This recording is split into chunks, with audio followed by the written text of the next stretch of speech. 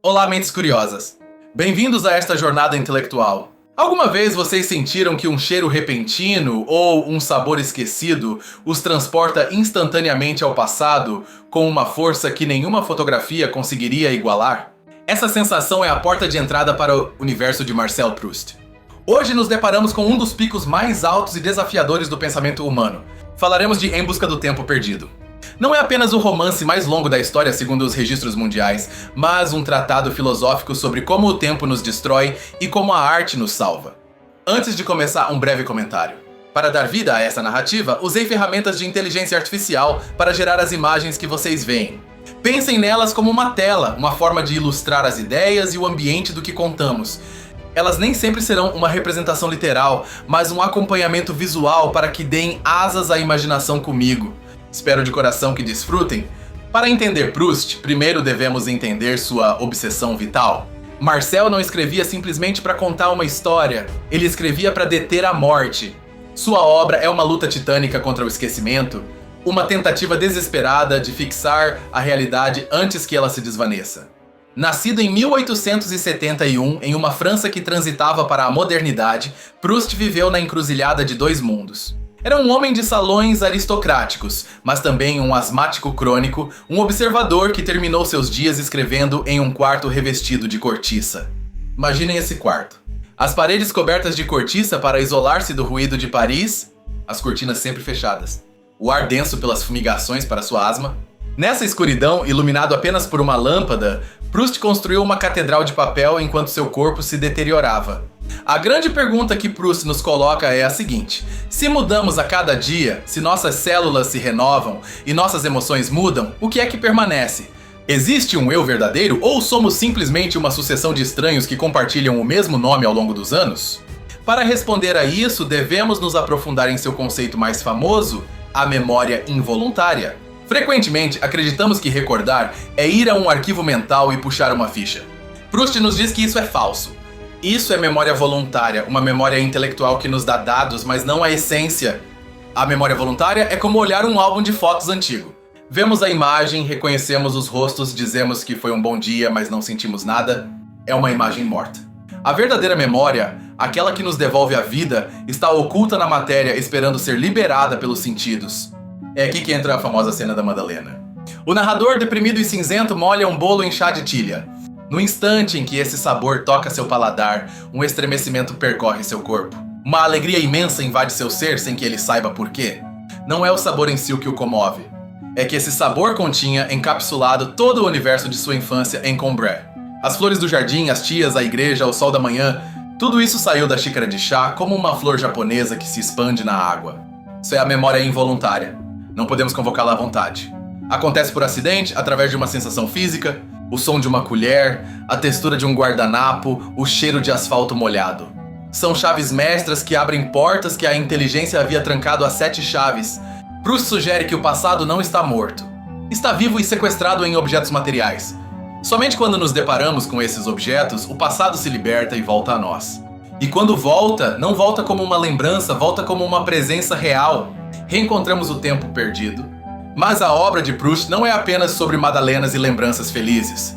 É também uma análise brutal e cínica das relações humanas. Proust é o grande teórico do ciúme e da impossibilidade de conhecer realmente outra pessoa. O amor para ele é uma doença da imaginação. Analisemos a figura de Charles Swann, um dos grandes personagens do romance. Swann se apaixona por Odette, uma mulher que nem sequer é o seu tipo. De fato, a princípio, ela lhe parece vulgar. No entanto, ele se obceca por ela. Por que isso acontece segundo a lógica proustiana? Acontece porque o amor não nasce da beleza do outro, mas da nossa própria ansiedade. Swann começa a amar Odette quando suspeita que ela tem uma vida secreta sem ele. O ciúme é o motor! Queremos possuir o que nos escapa, e quanto mais escapa, mais o desejamos. Proust nos ensina que, quando estamos apaixonados, não vemos a pessoa real. Vemos uma projeção, uma fantasia que criamos.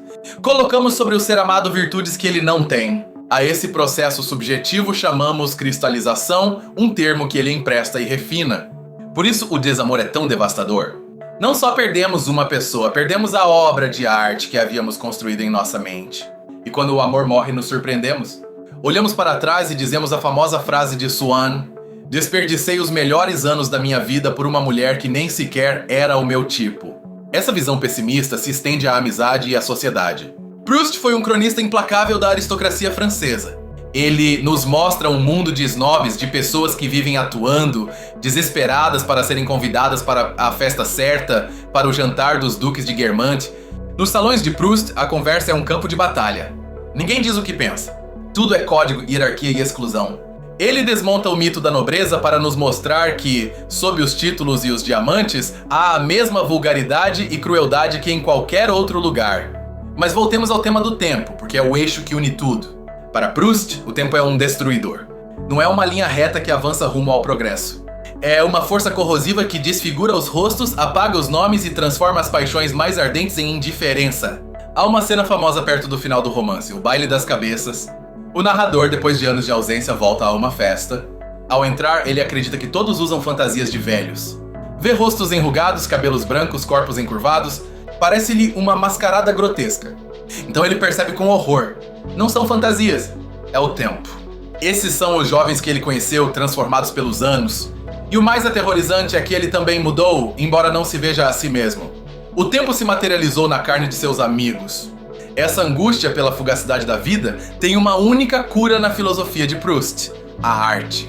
Se a vida cotidiana é decepcionante e o tempo destrói tudo, a arte é a única ferramenta capaz de fixar a essência das coisas e torná-las eternas. A arte é a vida realmente vivida.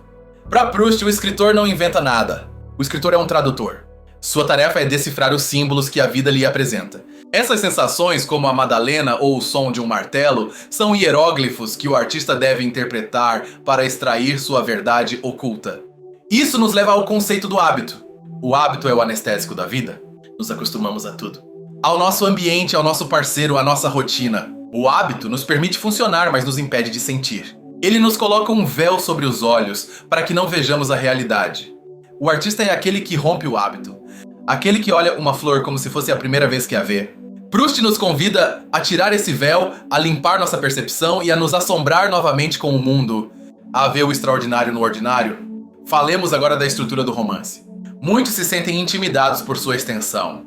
7 volumes, milhares de páginas. Mas sua estrutura é circular. O final do último livro nos leva diretamente ao princípio do primeiro. É uma serpente que morde a própria cauda, um ciclo perfeito.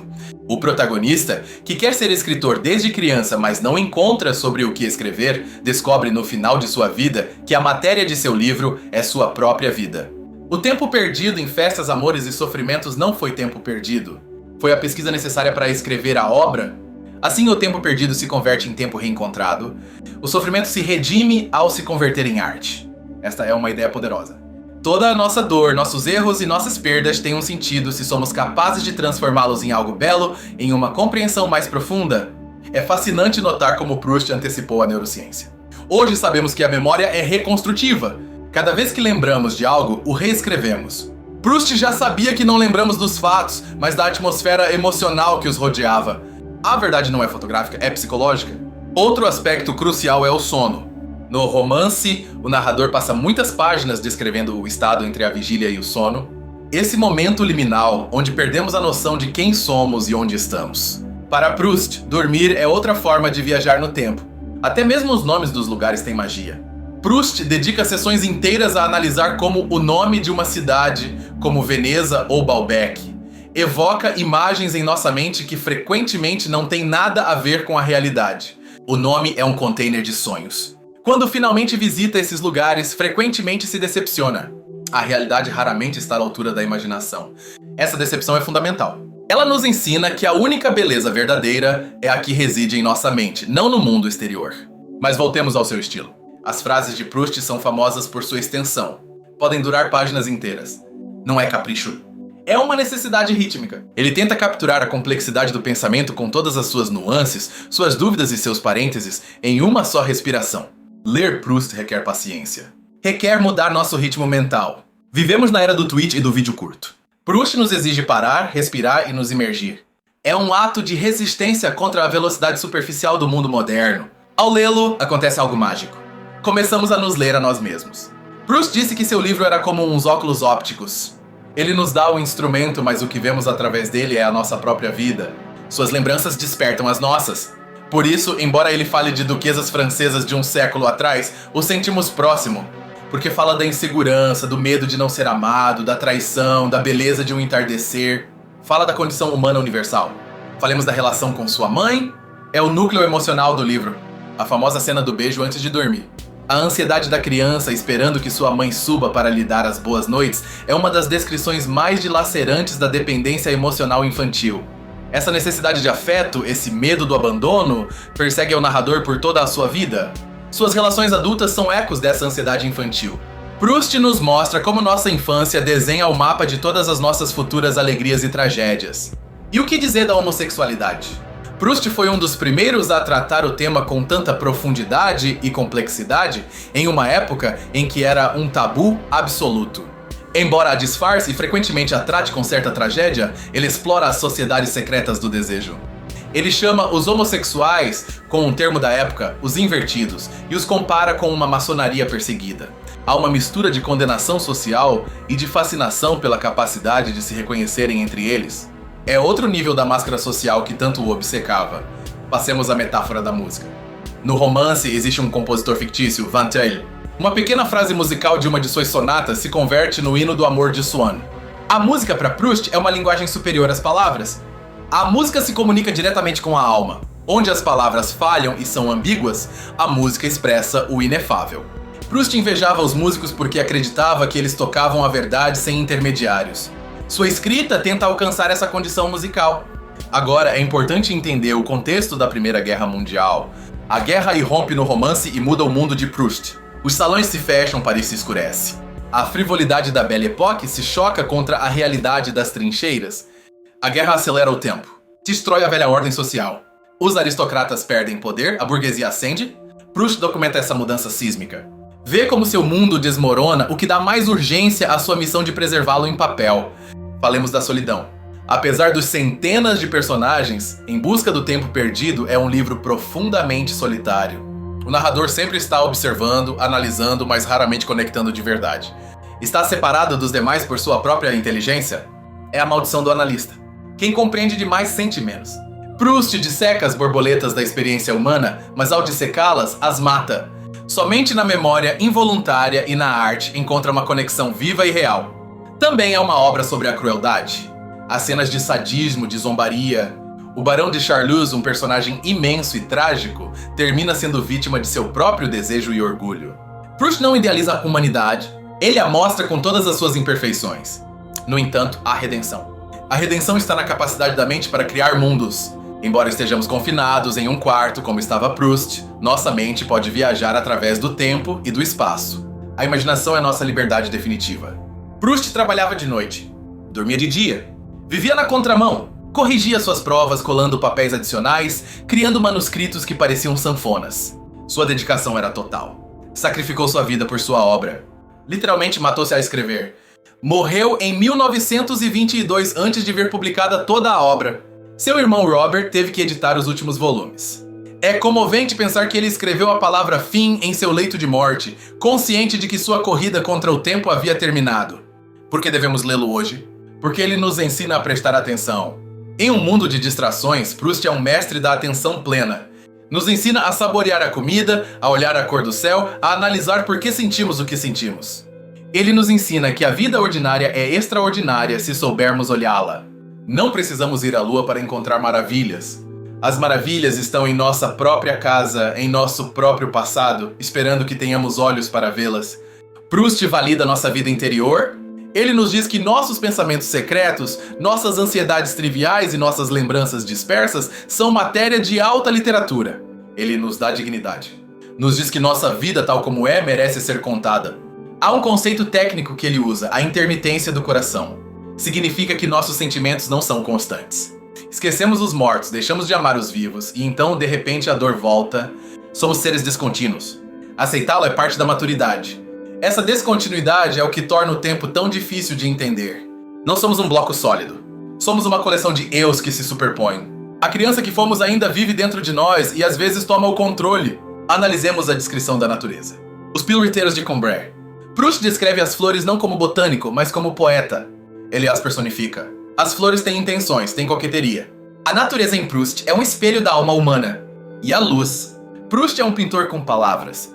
Ele descreve a luz de uma tarde de domingo, a luz de uma igreja, a luz do mar, em Baalbek. A luz não é apenas física, é emocional. Define o tom da memória. Lembramos da luz antes dos fatos. A famosa Torre Cineira de Martinville. Em uma cena, o narrador vê as torres cineiras se moverem enquanto viaja em uma carruagem. Ele sente a necessidade de escrever sobre isso. É seu primeiro ato de criação. Entende que deve traduzir essa dança visual em palavras. Esse é o nascimento do escritor. Quando sentimos que a realidade esconde algo que nos pede para ser expresso, se não o escrevemos, sentimos que falhamos, que deixamos uma verdade morrer. A escrita é uma responsabilidade ética em relação à realidade. Falemos de Albertine, o grande amor e tormento do narrador. Albertine é a encarnação da fuga.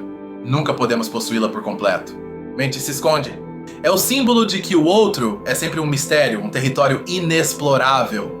O cativeiro de Albertine. O narrador tenta trancá-la em sua casa para controlar seus ciúmes. Mas descobre que mesmo tendo-a prisioneira, ela escapa através de seus pensamentos. Não se pode enjaular um ser humano. O controle é uma ilusão. A morte da avó é uma das sessões mais comoventes. Proust descreve a doença e a morte com um realismo clínico, mas também com uma ternura infinita. Descreve o luto não como um evento, mas como um estado que flutua, o luto tardio. Às vezes, a verdadeira dor nos atinge meses ou anos depois da perda. No momento do fato, estamos em choque ou protegidos pelo hábito. De novo, a intermitência. A dor nos embosca quando baixamos a guarda. A moda e os vestidos. Proust descreve com detalhes as roupas de Odette e da duquesa. Não é superficialidade. A roupa é arte, é história, é uma forma de estar no mundo. Através da moda, Proust lê as mudanças da época. O telefone. Quando o telefone aparece no romance, é uma novidade mágica e estranha. Ouvir a voz da voz em seu corpo parece ao narrador uma experiência fantasmal. A tecnologia muda a nossa percepção da presença. Proust é também um humorista. Rimos da estupidez dos Verdurand, da arrogância de Charlus. Seu humor é irônico, sutil, às vezes cruel. Ele nos faz ver o quão ridículos somos os seres humanos em nossas pretensões. Mas sob a sátira há compaixão. Todos estamos presos no mesmo jogo, lutando contra o mesmo inimigo, o tempo. Todos buscamos amor, reconhecimento e sentido. Proust nos perdoa porque nos compreende. Chegamos à revelação final. O narrador tropeça em paralelepípedos irregulares no pátio dos Guermantes. Esse tropeço físico lhe traz, de repente, a lembrança de Veneza. É outra epifania de memória involuntária, a definitiva. Em seguida, ele escuta o som de uma colher contra um prato. Depois toca um guardanapo engomado. As epifanias se sucedem em cadeia. Ele entende que a vida lhe está dando sinais. O material de seu livro está ali. O tempo foi reencontrado. Ele decide que dedicará o resto de suas forças a construir esse livro. Irá isolar-se do mundo como Noé na arca para salvar a vida do dilúvio do esquecimento. O livro será sua catedral, construída bloco a bloco, dourador. A arquitetura do tempo perdido é monumental. É uma catedral gótica. Tem naves, gárgulas, vitrais. Tudo está conectado.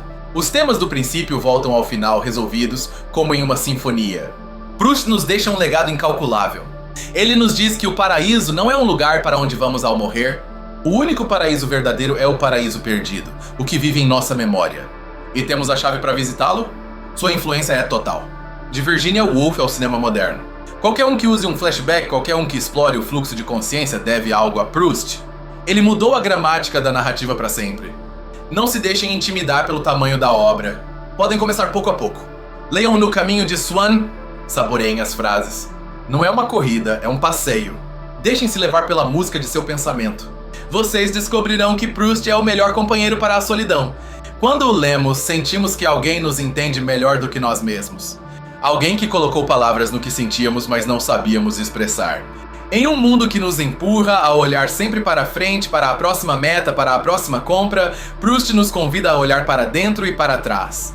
A recuperar nossa própria história. A sermos donos de nosso tempo. Assim, da próxima vez que um cheiro ou um sabor os assaltar de surpresa, não o ignorem. Parem, fechem os olhos. Perguntem-se o que esse mensageiro do passado está tentando lhes dizer. Talvez encontrem sua própria Madalena. A vida é curta, mas a arte é longa. Marcel Proust converteu uma vida breve e doentia em uma obra imortal.